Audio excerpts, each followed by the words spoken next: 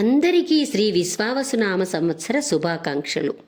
మన సనాతన ధర్మము, మన వేదాలు, మన వాంగ్మయాలు మనకి కాచి వడపోసి మన జీవన విధానాన్ని తెలియచేసేటట్టు మనకి ఇచ్చేసాయండి. అందులో మనం తర్కం చేసి ఇది ఎందుకు చేయాలి అని ఆలోచించవలసిన పని కూడా లేదు. మనకి వడ్డించిన విస్తరలాగా ఇచ్చాయి. మరి ఉగాది అంటే యుగానికి, ఈ సంవత్సరానికి మొదటి రోజు. ఆ రోజు మనం ఉగాది పచ్చడి తినాలని, అందులో బెల్లము, చింతపండు, మామిడికాయ వగరు, వేప పువ్వు ఈ విధంగా కలుపుకొని తినాలని సూచించారు. అయితే మీకు ఈ సంవత్సరం అంతా కూడా మీ జీవితంలో కూడా ఒక ఆనందము, ఒక విచారము, ఒక బాధ, ఒక సంతోషకరమైనవి ఇవన్నీ కూడా వెనువెంటనే వస్తాయి. అవన్నీ మీరు తట్టుకోవాలి అని చెప్తూ మనకి ఏనాడో నిర్ణయించి ఇచ్చేశారు. ఎంతటి గొప్ప సాంప్రదాయమో కదా. మనం కూడా తప్పక ఈ విధమైన ఆచారాలని ప్రశ్నించకుండా పాటిద్దాం.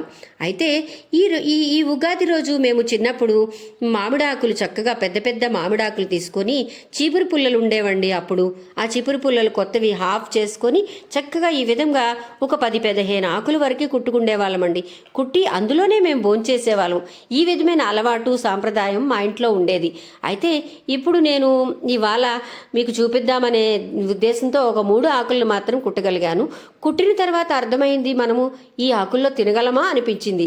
ఆనాడు మాత్రం చక్కగా తిన్నాము. అయితే మనం చాలా కంఫర్ట్ జోన్లోకి వెళ్ళిపోయామన్నమాట. ఈ ఆకుల్ని నేను ఇప్పుడు మాత్రం కొబ్బరి పుల్లలు ఉంటాయి కదా, కొబ్బరి పుల్లల్ని కొత్తవి తీసుకొని దాన్ని చక్కగా కట్ చేసి హాఫ్కి ఈ విధంగా నేను ఆకులు కుట్ట ప్రయత్నం చేశాను. మీకు కూడా చూపించాను ఈ వీడియోలో. అయితే ఈ ఆకులన్నీ కూడా నేను భగవంతునికి ప్రసాదాన్ని నివేదించడానికి మాత్రం ఉపయోగించగలిగాను. అయితే ఉగాది రోజు ఇంకొక ఆచారం కూడా ఉండేదండి మా ఇంట్లో.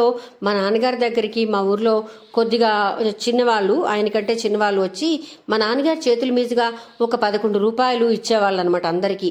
అంటే వారు తన మొదటి సంపాదన పెద్దతని దగ్గర తీసుకుంటే మనకు ఆ సంవత్సరం అంతా మంచి జరుగుతుంది అనే ఉద్దేశంతో ఆ విధంగా తీసుకుండేవాళ్ళు అనమాట. ఎంత చక్కటి సాంప్రదాయాలు, ఎంత పెద్దలంటే గౌరవము కదా మనకి. మనం అంతం కూడా ఆ విధంగానే పాటించి ఎన్నెన్నో సాంప్రదాయాలు ఉన్నాయి. చక్కటి సాంప్రదాయాలు మన పిల్లలకు కూడా నేర్పిస్తూ ఎంతో ధర్మబద్ధంగా మన కర్తవ్యాలు, మన డే టు డే కర్తవ్యాలు కూడా మనం చక్కగా నిర్వర్తించుకోవాలి. అందులోనే మనం సాధన చేయాలి, సాధించాలి. అవునంటారా మీరు? మరి మీరెలా చేసుకున్నారు ఈ విశ్వావసునామ సంవత్సరము కార్యక్రమాలు, ప్రసాదాలు, నైవేద్యాలు అన్నీ కూడా? మరి ఉంటాను.